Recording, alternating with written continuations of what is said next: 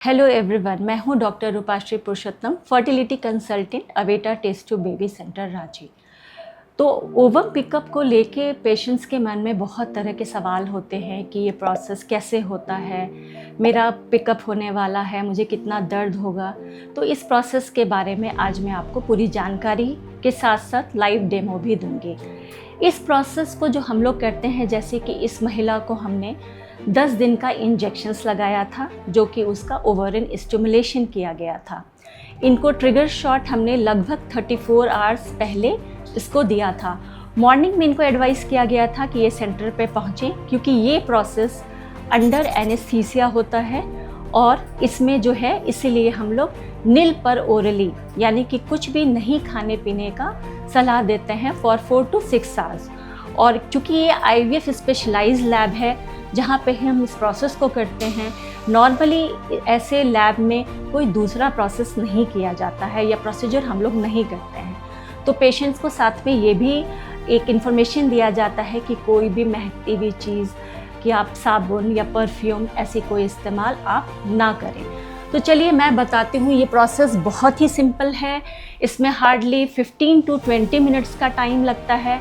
जैसे कि इस पेशेंट को एक शॉर्ट एक्टिंग एनेस्थीसिया दी जा चुकी है।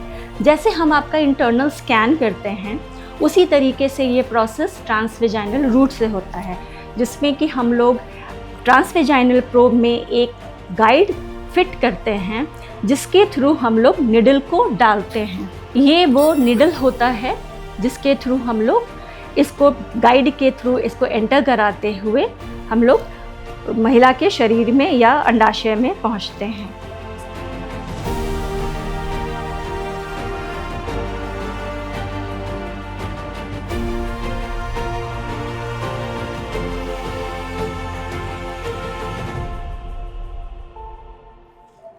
तो जैसा कि आपने देखा कि मैंने इसे अभी वेजाइनली इंसर्ट किया है और अब आपके स्क्रीन पे हम लोग जो होता है, स्क्रीन पे हम लोग अल्ट्रासाउंड स्क्रीन पे देखते हैं कि इसके कितने फॉलिकल्स हैं, किस तरीके से हम लोग यहाँ पहुँच जाते हैं।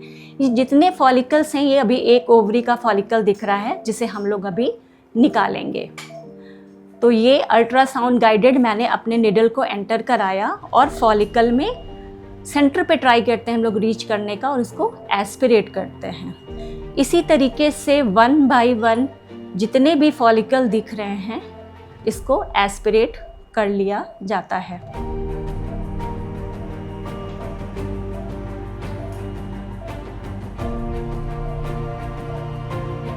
तो 1 by 1 हम लोग ट्राई करते हैं कि एक सिंगल पंक्चर में जितने भी फॉलिकल्स हैं उसको निकाल लें। अब आप देख सकते हैं कि ये जो है, ये जो कलेक्ट हो रहा है फॉलिकल फ्लूइड, इसका हम लोग एक सर्टेन टेम्परेचर मेंटेन कर रहे हैं।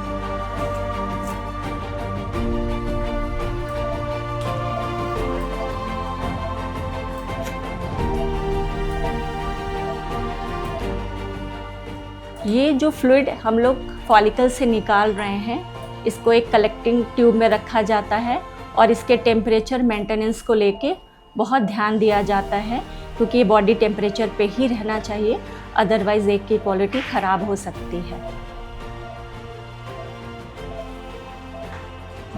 साथ ही साथ जो ये फ्लूइड कलेक्ट हो रहे हैं, ये हम लोग अपने IVF लैब में इसको हम लोग ट्रांसफ़र करते हैं, सो डैट कि हमारे एम्ब्रियोलॉजिस्ट ये देख सकें कि कलेक्टेड फ्लूइड में कितने एग्स हैं और किस क्वालिटी के हैं।